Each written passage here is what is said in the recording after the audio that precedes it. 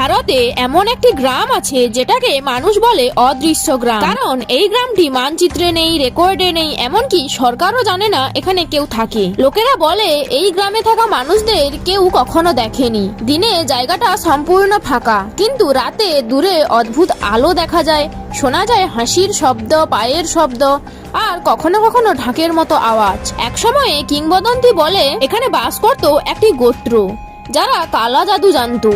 তারা নিজেদের গ্রামকে বিশ্বের চোখ থেকে অদৃশ্য করে দেয়। আজও মানুষ বলে যদি কেউ ভুলবশত এই গ্রামের দিকে হাঁটে, রাস্তা নিজে নিজে বদলে যায়, যেন কোথাও যেতে দিচ্ছে না। বিজ্ঞানীরা বলে এটা হয়তো অপটিক্যাল ইলিউশন, ভূসংস্থান বা মিরে। কিন্তু প্রশ্ন হলো, যে জায়গা মানচিত্রেও নেই, তবুও কেন মানুষ সেখানে রাতে আলো দেখে? কেন সেখানে অদৃশ্য পায়ের ছাপ পাওয়া যায়? হয়তো সত্যি অনেক জায়গা পৃথিবীর নয়, অন্য জগতের।